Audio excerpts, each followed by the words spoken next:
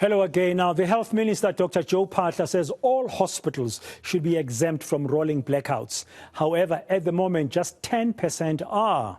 He says his department is working on resolving this problem. It's also looking at harnessing renewable energy to mitigate the effects of power cuts.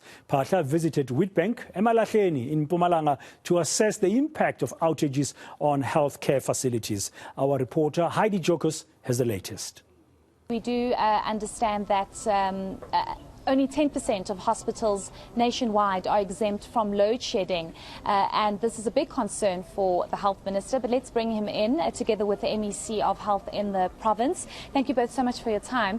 Minister, let's just speak about your earlier briefing today where you said that only 10% of hospitals are exempt from load shedding. This must be a big concern for you, given the fact that we don't know when load shedding is ever going to end. And now you are going back to National Treasury to say you need more money because most hospitals have gone through their diesel budgets. Well, definitely, it's not a very good situation that the load shedding, instead of going down, remains quite high. I mean, as you know, we are either most of the days stage 3, stage 4, the worst of times stage 5, stage 6. So that really is putting a lot of strain on our emergency power supply of generators, because they were never meant to supply the hospitals over long periods and to supply the whole hospital.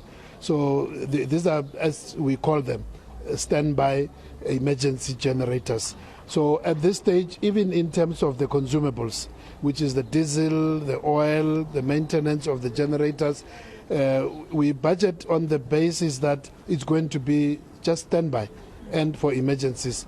So that's why here in the province, I'm sure MEC can confirm, and the reports the DG brought after meeting with all heads of departments everywhere in the country, there is a lot of stress in terms of high consumption.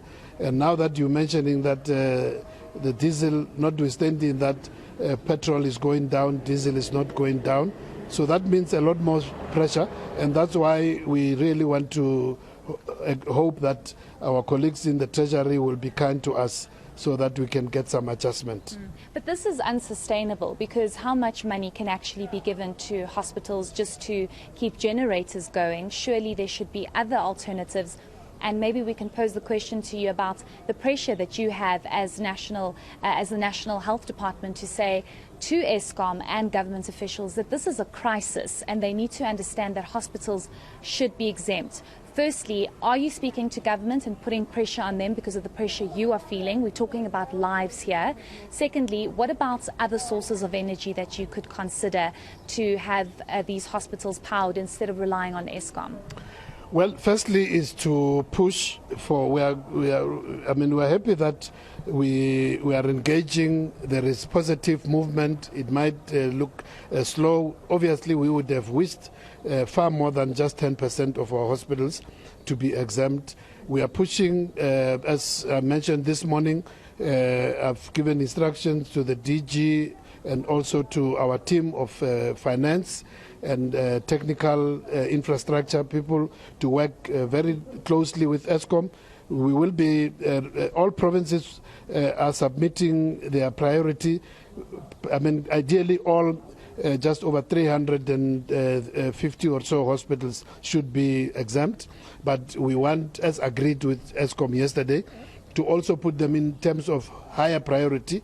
Obviously, the central hospitals where you take most of your referrals, you are very sick, where major operations are done, those should be priority. Tertiary hospitals for each province, like here, Witbank, Rob Ferreira, everywhere else in Limpopo, Polokwane, Pietersburg, Mankweng, all of them, some of them already exempted. So in that hierarchy. But we will be pushing, and I'm quite, positive that I can guarantee the support of the President, of my colleagues in the Cabinet, including the Minister of Public Enterprise. We speak regularly, and he is very supportive. So we want that route, but also, as you said, we want to also immediately, some of the team members are here.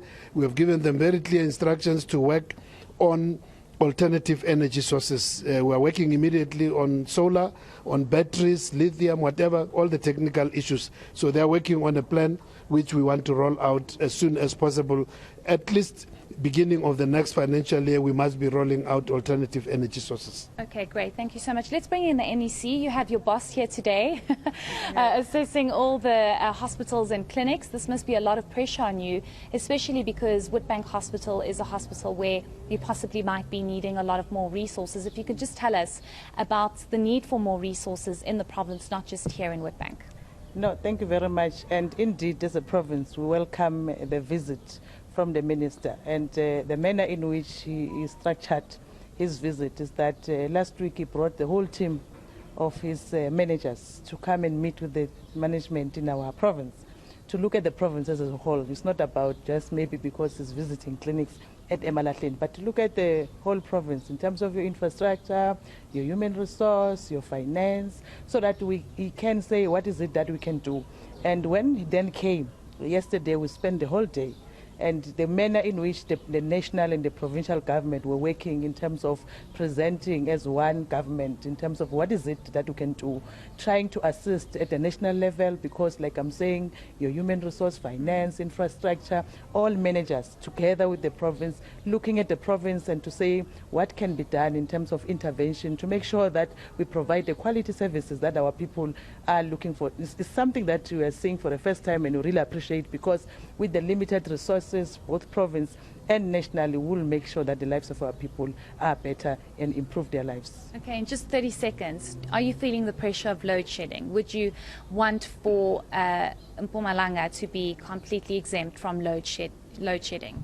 Yes, you know that in terms of your diesel and generators, those are emergency, as the minister said. In terms of the budget also, you can't budget for like replacing ESCOM. So we have already even taken a report to provincial treasurer, because we no longer have got enough budget to deal with the load shedding. So as you are correctly saying, that it is a problem for us, because if you must service those generators, and anything can happen in terms of the Department of Health, once you'll find that maybe the generator is not in a good condition and load shedding. So indeed, we appreciate that the minister is intervening so that at least we can be exempted in terms of not having load shedding in our facilities. Okay, great. Thank you both so much for your time. We do appreciate it. That is the Minister of Health, as well as the MEC of Health in the province.